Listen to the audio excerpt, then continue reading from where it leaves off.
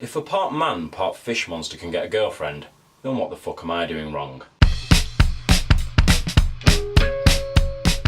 Today I'm going to be talking about The Shape of Water. This latest fishy fantasy from Guillermo Del Toro takes place in the 1960s at the height of the Cold War.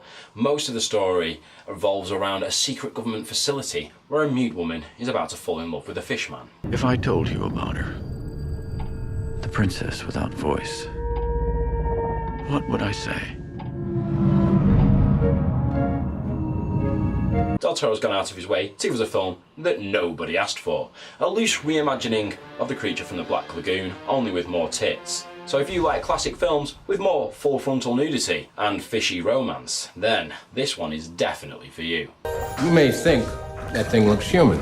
Stands on two legs, right? But we're created in the Lord's image. You don't think that's what the Lord looks like, do you? It's obvious one of the main focuses of the movie, and one of the main reasons the movie was made, was to create one of the sexiest, most attractive fishmen ever seen on film. And after a 3-year process, Del Toro finally felt like he had the character nailed. This time they had done the fishman justice. He was as sexy, beautiful, and fuckable as an aquatic monster could be. The design they came up with, my lips are a little fuller, strong jawline. The body they sculpted on me is very athletic. He's handsome in a fish-like way. Doug Jones there, speaking on his arousal the first time he saw his own costume. Doug Jones seemed to spend his entire life in latex costumes. It seems like a fetish for him at this point, but I'm not going to argue. He's doing well for himself, and he's doing a good job of promoting this movie, speaking about the costume in such a way that arouses any viewer. But the thing about Del Toro is when he goes on a talk show to promote this movie, he starts talking about his sleep apnea, which is a great coincidence because this film made me want to take a fucking nap. I sleep with a CPAP machine. Oh, one of those big, oh, really? You know? Yeah. And I take Very off my sexy. glasses. Very sexy. Yeah. I take off my glasses to increase the effect. I see. I could go on about this film. I could talk about how great the cinematography is or how fantastic the lighting is, and though that it suffers from some negatives, it is worth watching because some of the interesting macabre ideas that come together later on. No matter what anyone says about this movie, it's always going to come down to one single thing, and that is that this film, spoiler alert, involves a woman having sex with a fish. It needed to be a creature you could fall in love with.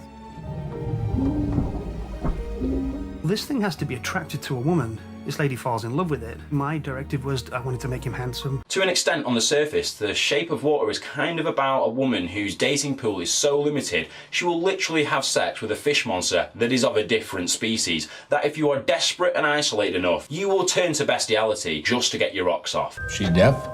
Mute, sir. She can hear you. I'm not sure if it's full bestiality, but, you know, people have sex with much worse things in real life, like Piers Morgan or Donald Trump.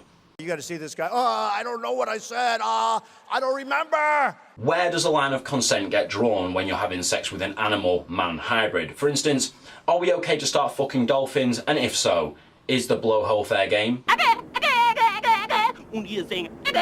Having a sex scene in this movie is similar to having Sigourney Weaver have sex with one of the gorillas at the end of Gorillas in the Mist, or in Avatar, if the guy didn't have an avatar, but a human just fucked an alien, a giant blue alien. I was just chasing a piece of tail. I've been in crowd for the last 6 years and I'm horny like a motherfucker.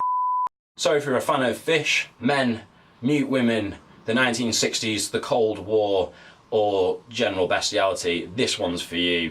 Check it out because some crazy shit happens that I haven't even got into because I don't want to spoil the movie for you. So, thanks for watching this review of The Shape of Water. If you've seen the film and you liked it or you didn't like it, post below and let's discuss the finer points of this movie. If you'd like to subscribe, there will be plenty more reviews just like this one. Just as mediocre, just as terrible. So feel free to subscribe if you want more of this.